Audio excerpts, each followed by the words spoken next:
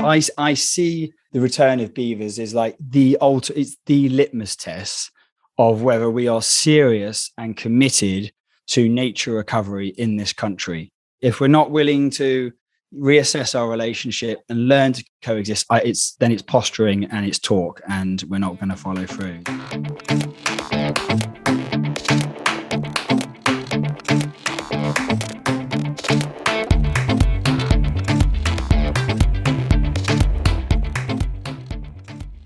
Hello and welcome to the Lodgecast, a nature and wildlife podcast brought to you by the Beaver Trust. I'm Sophie Pavel. And I'm Eva Bishop. Each episode we bring you the latest news from the Beaver Trust as we welcome beavers back to our rivers to restore our countryside and create resilient landscapes. And we also explore the state of nature in the UK and speak to fascinating experts and inspiring individuals along the way. Today we're joined by beaver researcher Sam Gandy, who has recently published a paper looking at the psychological benefits of beaver wetlands.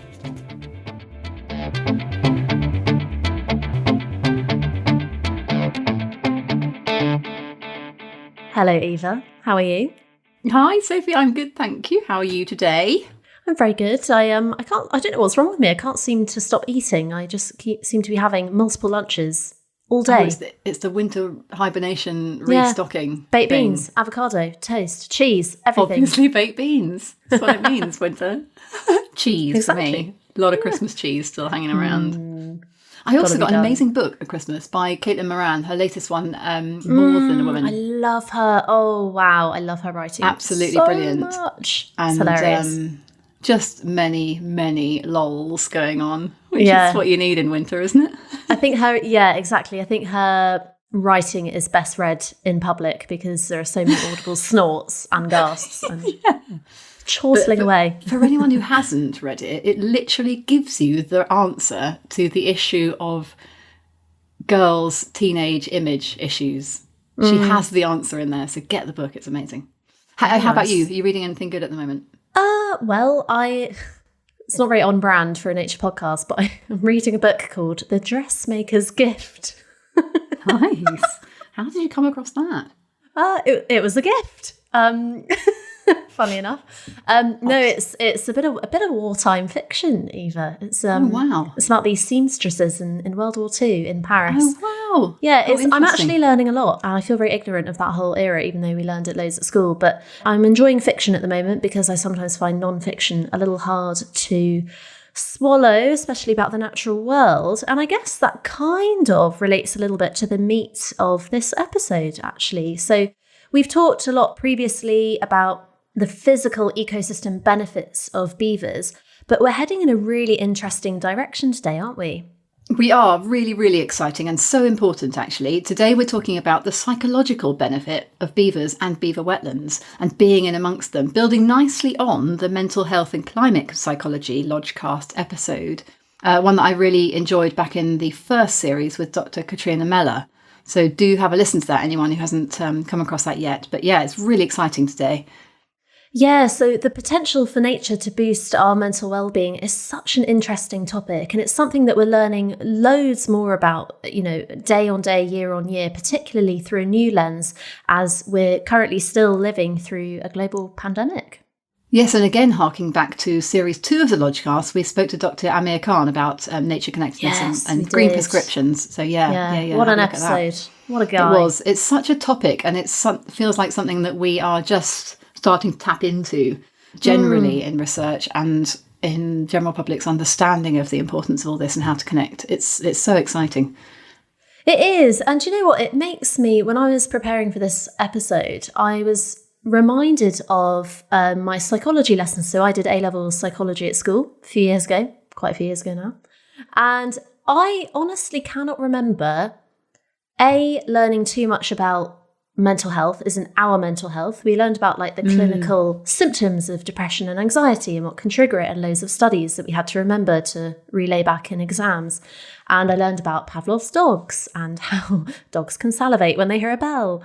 But I don't think we ever learned about nature and the connection of nature to mental well-being And all of these really interesting branches of thought and discussion that are just suddenly coming into public conversation now, which just seemed like it's almost like how are we only just talking about this? It is. Well, amazing. It's all coming together at once, isn't it? With so many pressures on mental health. I think that's possibly what's driving it as well. Yeah, but go on, that's tell me true. about the first time you saw a beaver or a beaver wetland. What was it like for you?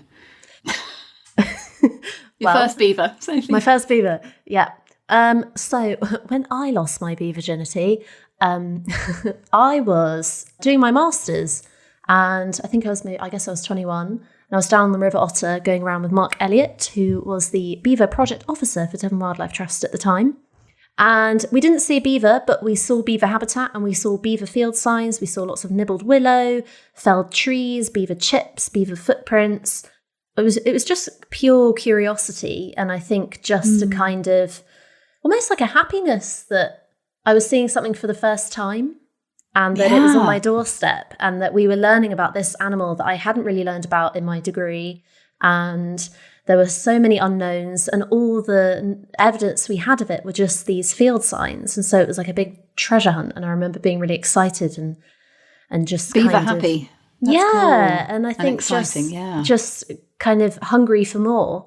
And I think beavers have that effect on us that not many other animals do. And I think it triggered this sort of interest and fascination with an actual habitat and the fact that it's never going to be the same next time you go visit it. That was really And a cool. historical creature. I like the treasure hunt description. That's really nice. Yeah. And how about you? I mean, I know that you're a fan of taking time to have a climate cry, as you call it.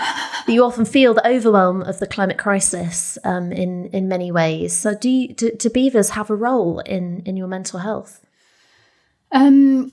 Yes, I think that it's a fascinating subject for me. And I think that I really remember my first visit to Chris's farm at the Cornwall Beaver Project and my first immersion in Beaver Wetland. Luckily, not literally, I didn't go swimming. And I came out with, and I've described it often since, as the first time I've ever felt hope that we can do something to reverse the ecological crisis and nature declines in this country. Because standing there, you feel a really untamed wilderness that you can't make. Humans can't construct that. But it was really real and alive, and the sounds and sights and difference to normal it really hit me. And for me, this paper that Sam and Ros have brought out really validates why I'm working with beavers restoration, having my main passion being climate change. And the two sometimes sort of, it feels like a sideline, but actually it's really, really vital that we do something for nature on our doorstep. And if beavers can bring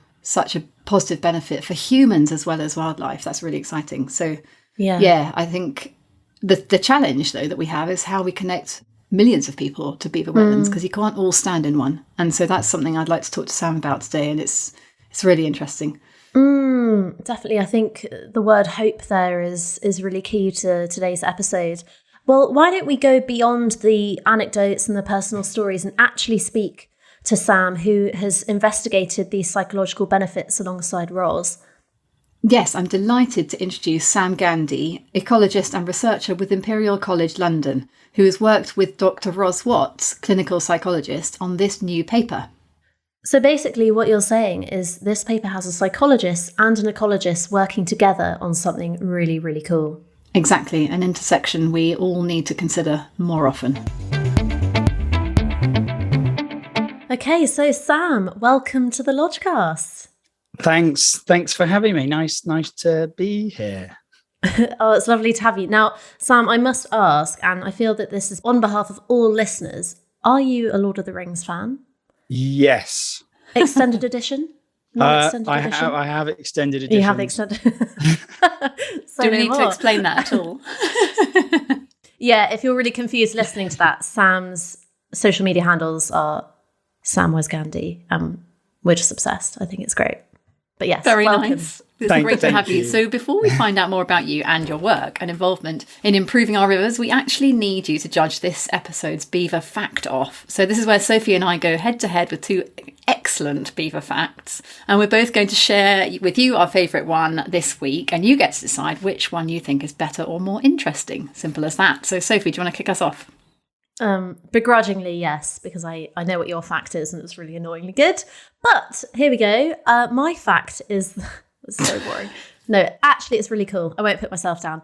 Beavers work the 12-hour night shift, 7 days a week, 365 days a year, building and maintaining their habitats. And for all you people out there who are shift workers, or if you've ever done a night shift and you know how much it messes with your brain and your circadian rhythm and your sleep-wake cycle, I just think that this is really impressive that they just are so relentlessly hardworking.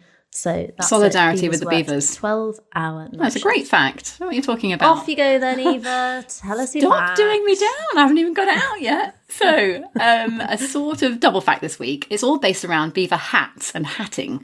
So firstly, I quite like the fact that beaver wool is the name for the soft underfur. It was also known as a duvet by the hatters of the 16th and 17th century. But not only that, this is the cool bit. The application of steam to fur in the felting process released mercury fumes into the air. Inhaled by hatters, the wafting mercury fumes had the detrimental effect of poisoning those working with material. And the resulting mercury poisoning from hat production caused serious damage to the nervous system. And thus it came about that the term mad as a hatter was derived from this effects of mercury poisoning and hatting. So in fact, beavers are connected to Alice in Wonderland and the Mad Hatter. Boom. That's a cool fact. They're both cool facts. Thank you. So I'm interested about where does the mercury? I know there's coal burning releases a bit of mercury and stuff, but why are beavers riddled with mercury in the first place? That's sort of news to me. Maybe that's a bit of a separate. Yeah, that's probably factoid. a science step too far for me, but it's something to do with the other interesting thing about this, to completely sidestep your question because I don't know the answer, is that they would the process continued from wearing the hat. So like the felting effect was even more so when people wore the hat, and I think it's to do with the stuff that comes out your skin. Sebum. Yes, you absorb it. So one to look into. That's not cool, is it? I mean, you've got mercury going on through your hat and your beaver hat, and I think lead-based makeup was very much the rage back then, as well as lead-based pipes and lead-based paint. All these you were things that we've learned since. But no, I like your factoid. A nerdy little extended edition to your factoid, though, Sophie, with the beavers. I've heard, or at least there's a study suggesting that beavers' night shift work is not through their preference. It's because of a long association with us and keeping out of our way. No and they've evolved to be nocturnal when otherwise they would be diurnal. That's so unfair. Maybe. You've been out nerded. I've heard. Beaver nerd. I love that. I have been out nerded.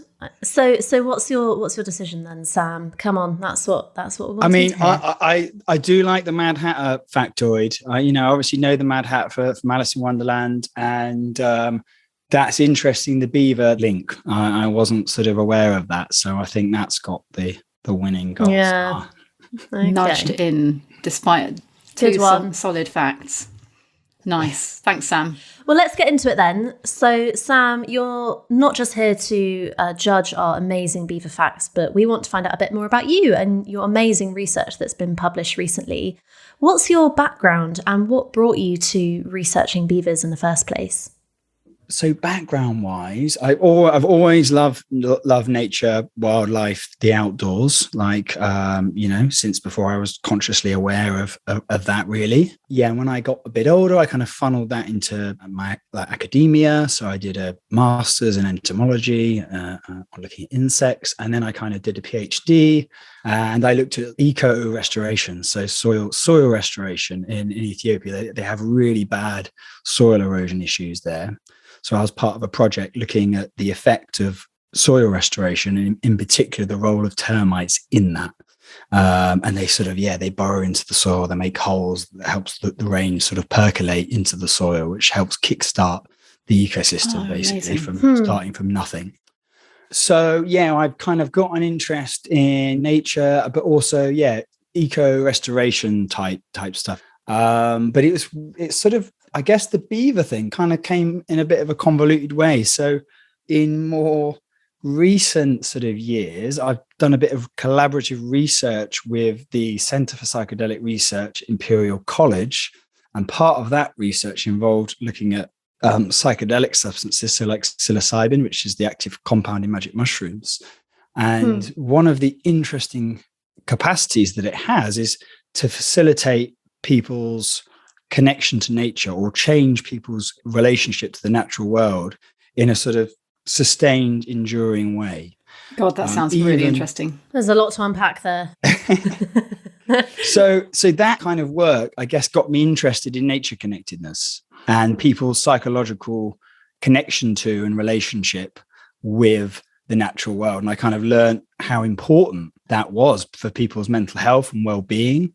It predicts the likelihood of people actually spending time in nature, and nature contact itself is obviously, is very important for health and well-being. But nature connectedness also importantly predicts pro-environmental, pro-nature behavior and attitudes. So it seems like in these the times we find ourselves in, it's like huge bang for your buck, the nature connectedness. And obviously there's I feel like there's the scale of our disconnection from nature, particularly in this country. There was a study published last year, and we rate sort of lowest in Europe our psychological connection to nature. And I think that's probably linked to our depleted biodiversity as well. I think that there's probably there's likely a link going on there. And of course, you had a co-author on this paper, Dr Ros Watts, who's a clinical psychologist. What's the story of collaborating on that together? Yeah, Ros is a friend, and we've collaborated on a few sort of bits and pieces and scientific papers and articles together. Obviously, I've got the ecology background and Ros has got the psychology background. So we kind of meet in the middle quite well. Like, I'm a details guy. I'm good at the detail, but I can kind of get lost a bit in the detail.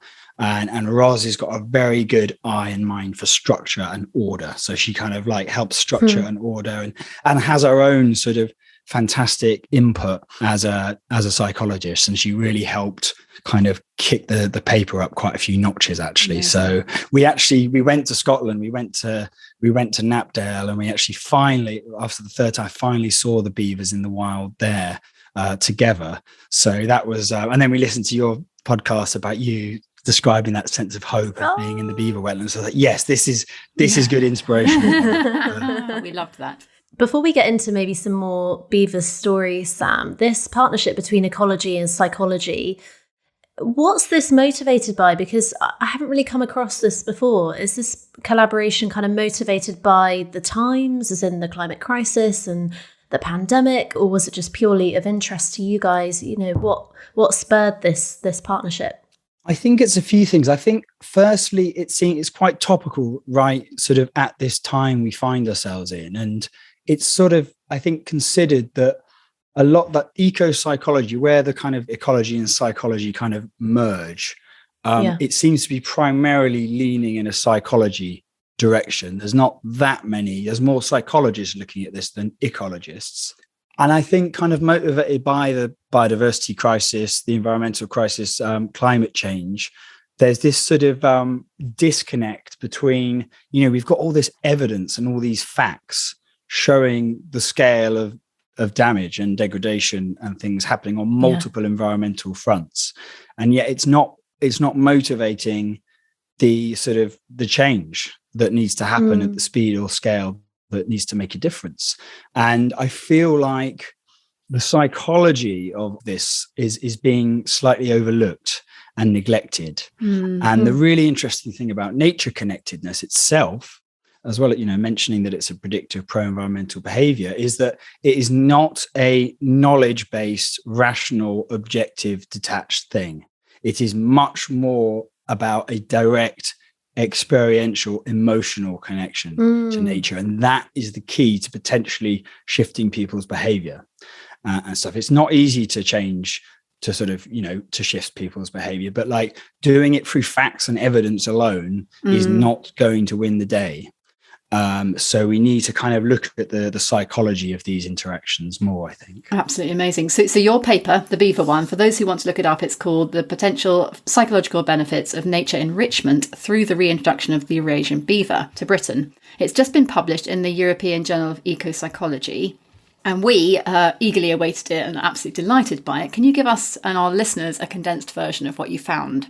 Yes, sure. So obviously, given that, the return of beavers is a very sort of topical and sort of relevant kind of subject happening now, talk in Scotland and Wales and England about bringing beavers back in various different ways. And it kind of occurred to me that, there's a lot of talk, and rightly so, much song and dance about the ecological, environmental benefits of bringing beavers back. And I'm all for that. And I like to keep abreast of what's going on there. But it seems that the psychology or the potential psychological implications of bringing beavers back had maybe been a bit neglected.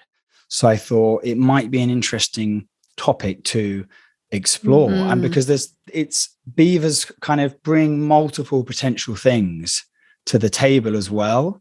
They create these incredibly rich ecosystems, richer than anything we humans can replicate. They are masters at their wetland creation art. So they create these environments that we know from the research have important sort of benefits for mental health and well-being. So that's sort of one kind of aspect. Beavers increase biodiversity, all manner of biodiversity, both, like mammals, birds, amphibians, insects, fish, like at the landscape scale, which is pretty unique to them, really. And that in itself. So I was kind of nature connectedness, like one of the ways it sort of is facilitated is unsurprisingly, through contact with nature, through sensory contact with nature, like hearing bird song and seeing the butterflies, but also appreciating aesthetics and beauty. That's another pathway there. So I was kind of trying to make the case that, we know nature connectedness is being eroded through electronic entertainment technology usage, through biodiversity loss, through a loss of green space, increasing urbanization, all these things. So, what are the implications of bringing back this creature that creates these rich wetland ecosystems and increases biodiversity and abundance of wildlife at the landscape level? And I was thinking, if we could sort of learn to live alongside beavers and have them back in the wider landscape, there's going to be much more potential for everyday interactions with wildlife, with nature. And then we've got shifting baseline syndrome. I guess that's the sort of third. That's really exciting for me as well. I loved that bit of it. Yeah, because that's that it's a really insidious, nefarious thing.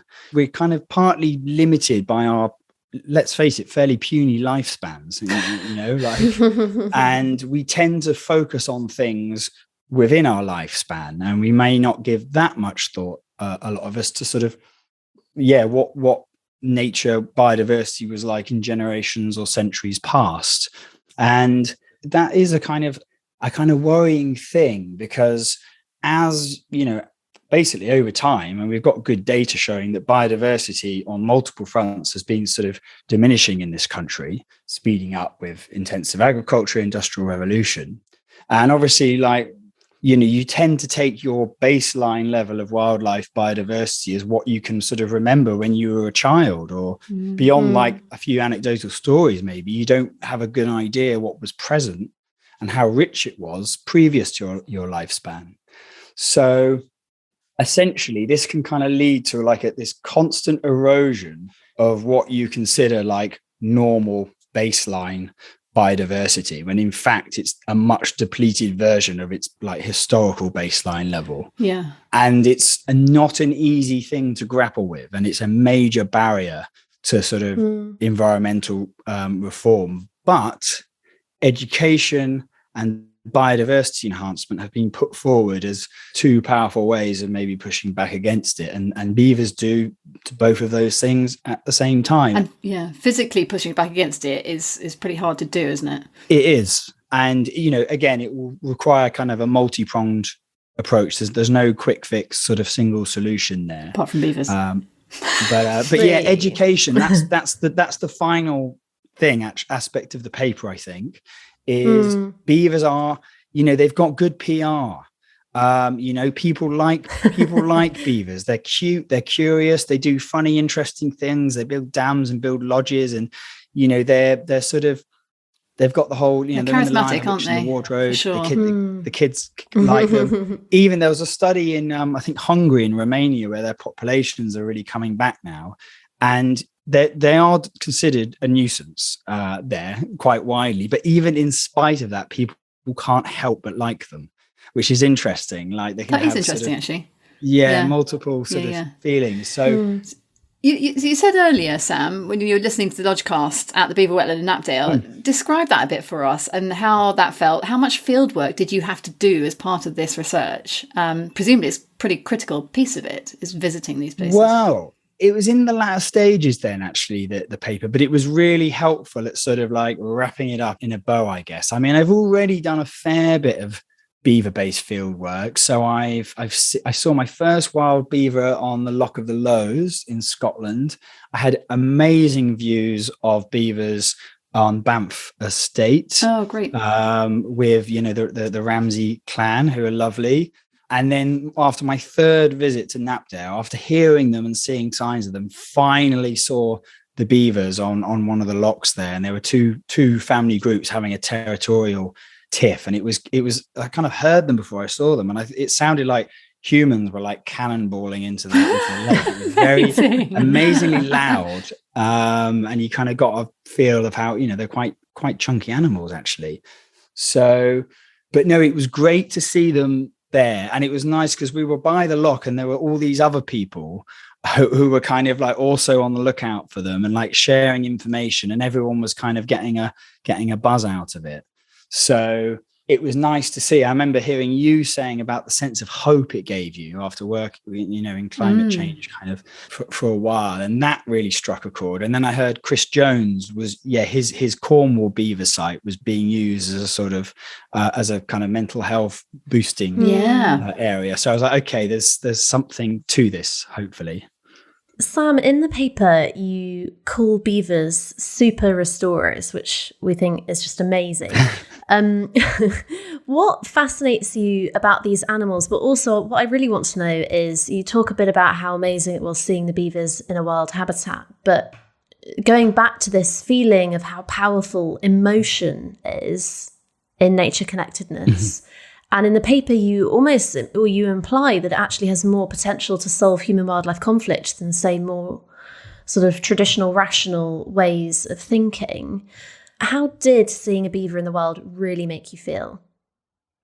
So you know what? So it was fantastic to see the beavers in the wild. But the great thing about beavers is that you don't need to see them to get a buzz about how they shape and sculpt ecosystems. I remember like one of the smaller loch in Knapdale, there's this woodland kind of area where they've raised the water level and it's sort of spilled out a bit into the woodland, and it feels like stepping back in time. That was the thing about Banff actually that kind of blew me away, because their eco-engineering there is not subtle, compared to other areas I've seen. It's like 5-foot dams, like going like huge.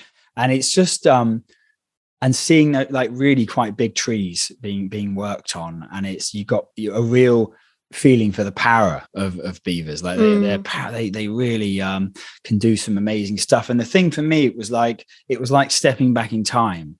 It was like a window on what a lot of Britain would have been like centuries ago, totally. And what it could potentially be again. Yeah. Like that wasn't humans in control of that patch anymore. That was under beaver management, and they were bending it to their whims. Oh, I love that you don't have to see the animal to appreciate it and to... No, that's what makes them really, really special. Yeah. So your paper's clearly...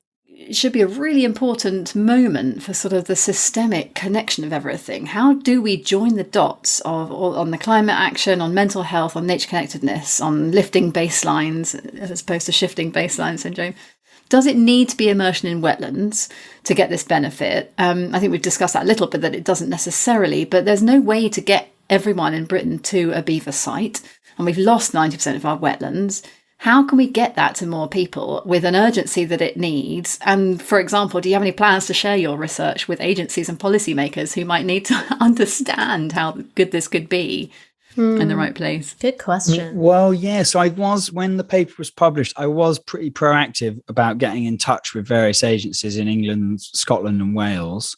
Natural England said they'd already seen the paper and had already kind of distributed it and stuff among their people there. But yes, it's a good question. Like, in this country, we have huge inequality in terms of like access to nature and who can access to nature. And a lot needs to be done to sort of push back against that. I'm feeling now, with the sort of the changing subsidies to farmers and landowners, as well as, enhancing biodiversity and ecosystem services, there's going to be more sort of encouragement to sort of facilitate public access to nature. I mean, one of the things I kind of lay out in the paper, and I think obviously Beaver Trust has touched on, is the importance of buffer strips around our waterways. So in Bavaria, where beavers were introduced half a century ago, apparently buffer strips like 5 to 10 meters around the waterways is a very good way of reducing human beaver conflicts, just letting that sort of, that bit by the water bodies lie. And there's other obviously benefits for that. It buffers against pollution, it, enhances biodiversity. So sort of like if we had beavers back in the wider landscape, the potential for kind of an interconnected beaver buffer strip waterways and then like public footpaths sort of running through them, it wouldn't I guess if you added it up, it would be a fair bit of land, but for what it would give the population, it would be profound. I mean, there was a study that it was adding up the global effect of access to protected areas for people's mental health, and I think they worked it out as like $8 trillion in terms of the economic health savings there. And obviously that's on a global scale. Beaver Wetlands certainly aren't the only potential kind of habitat that's wonderful to explore and have access to. Sure. But it seems from the research I've done on the types of different sort of like, you've got your so-called blue space, which is your water bodies, and your green space, which is parkland or woodland. There's something quite powerful about wetlands in particular, it seems, in terms of their anti-anxiety and antidepressants effects. And, research is in its early stages. But, and just to say as well, like in the parts of the Netherlands, the human population, we're really densely populated in England. It is a valid point. There is going to be, beavers will need to be managed in the wild here. Like, in Scotland, there's a bit more space, a lot more space. But in areas of the Netherlands, beavers coexist with humans at areas of really quite high population density, and there is coexistence. Like, yes, there are a few trees taken down, yes, there are a few block drains, but it's sort of the world hasn't collapsed there, and there is sort of coexistence. Beavers do get used to regular human, although they've evolved to be not very trusting of us because we turn them into hats. They do get used to human presence, and will start to sort of lose their they'll be less timid, so there's more likelihood of actually encountering them. So we will need to reassess our relationship to nature in the natural world if we're going to coexist with beavers. I see the return of beavers is like it's the litmus test of whether we are serious and committed to nature recovery in this country. I like that. That's a really good way of putting it. If we're not willing to reassess our relationship and learn to coexist, it's posturing and it's talk, and we're not going to follow through. Well said. My view. Yeah. With that in mind, Sam, I mean, where do we go from here? I feel like, as you said, we're kind of just at the very cusp of this fascinating topic of eco-psychology. What's next for your research, or is there anything that you'd really love to look into? I mean, good question. I put you on the spot there.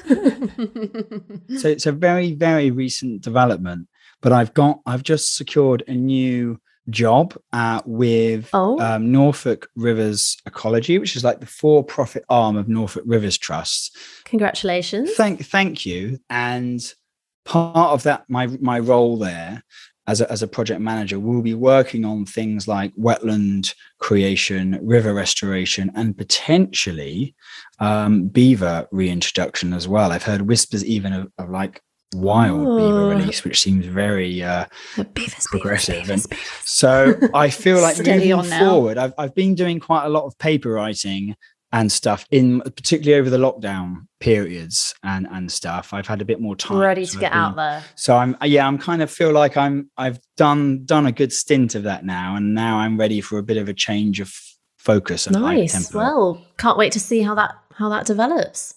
Yeah, and that ties beautifully into my next question, which is that we like to, with our guests, inspire others. And I'd like to ask if you have any advice for young people or career scientists keen to work with beavers, or more broadly work in ecosystem restoration. What would you encourage they do so that we can get more people supporting this change and the litmus test moment? I would kind of recommend, like, it's good to volunteer your time if and when you get a chance. There's lots of, there's local wildlife trusts, there's local river trusts, there's the John Moore Trust in Scotland, the RSPB. There's various different organisations that sort of can facilitate getting stuck in and getting your hands dirty. There's local tree planting groups as well, and I think the experience that comes with that is really helpful. But I think getting ahead in this particular area career-wise, you've got to show you're keen. Sort of just getting the academic credentials alone, I don't think is necessarily going to cut it. You sort of need to show that there's that burning passion. So by all means, pursue like an academic career, like do environmental science or like biology, ecology, like any of those things. But I would encourage you to sort of like be proactive and sort of start linking up with local groups who are active. And that in itself is great for you and great for your health as well. Be more beaver about it, basically. Yeah, be more beavery in your approach. Like, oh, Sam, I feel like we've just sort of touched the tip of the iceberg, really, in talking about all of this. But listeners, we can't encourage you enough to go read Sam and Ros's paper. It's fascinating, it's hopeful, it's so inspiring, and we can't wait to see what you do next. But in the meantime, thank you so much for joining us on the Lodgecast. It's been a pleasure. Thank you. Thanks for having me. Yeah, thanks so much. Oh, how nice was that? Oh, it's brilliant. I feel like it's an area I'd love to dig more into. It's so fascinating, and how to connect it up with all the other bits and pieces going on that really need to hear this and, relate to it. It's great. It touches on so much, and he was really interesting to listen to. We hope you enjoyed it too, listeners. Yeah.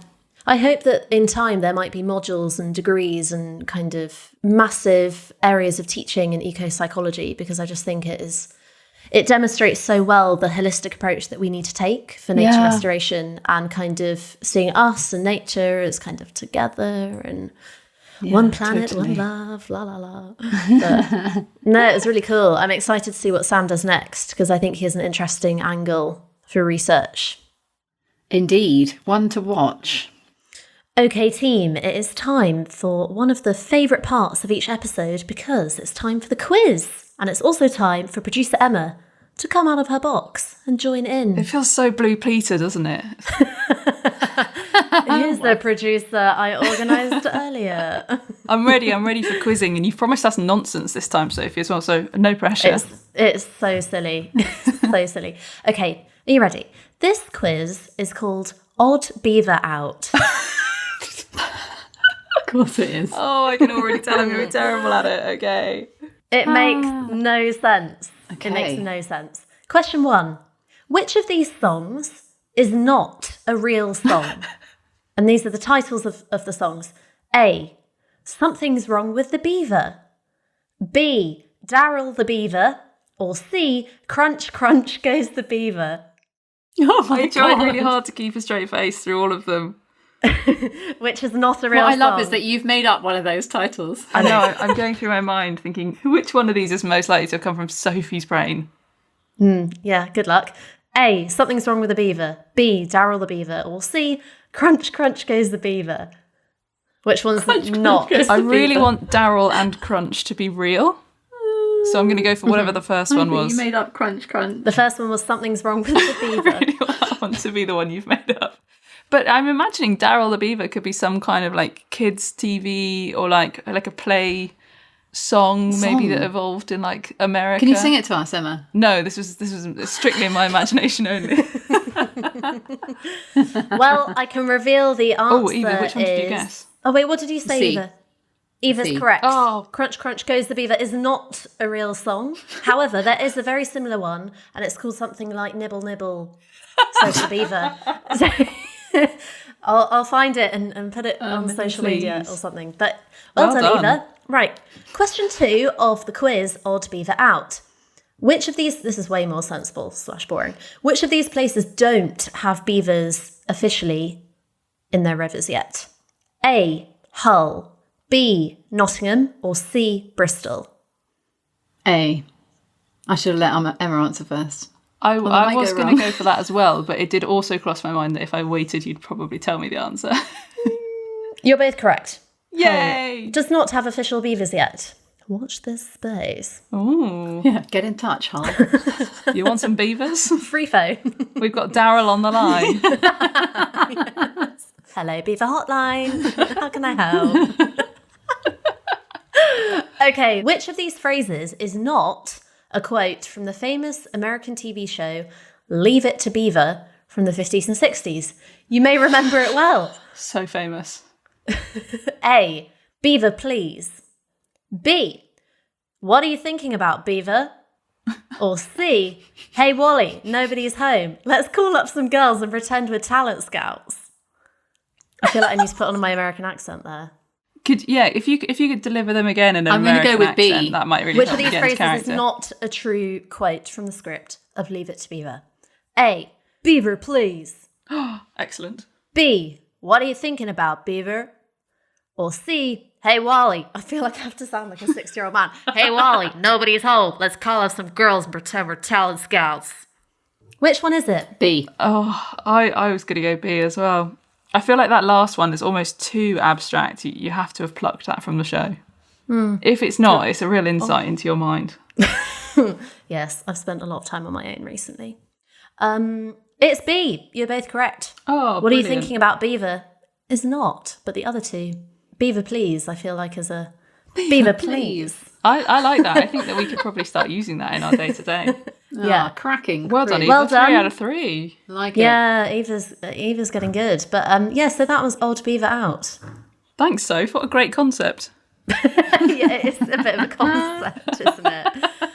Oh, dear. Oh, classic. Well, that looks to me like it's time to end this episode of the Lodgecast. And don't forget that to celebrate this series, we're giving away a few copies of the brilliant book Bringing Back the Beaver by friend of Beaver Trust Derek Gow about reintroducing beavers in the UK.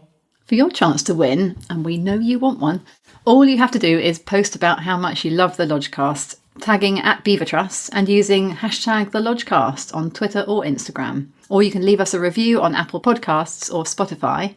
Then email us a screen grab of it so that we know it was you on info@beavertrust.org. And we'll announce the winners at the end of the series. Yes, don't forget this series, we're releasing our episodes weekly, so we'll see you next Tuesday for our final episode, in which I'm delighted to say we're going to be chatting with award-winning filmmaker Nina Constable. That is guaranteed to be a good one. And as always, make sure you subscribe to the Lodgecast on your podcast platform of choice so that you don't miss a thing. For more from Beaver Trust, don't forget you can find us on Instagram and Twitter @BeaverTrust. Head over to our website, beavertrust.org, and sign up for our newsletter. See you next week. This podcast, as always, is a mixture of fact and opinion. It was hosted by Sophie Pavel and Eva Bishop. It was produced and edited by Emma Brisdian for Beaver Trust.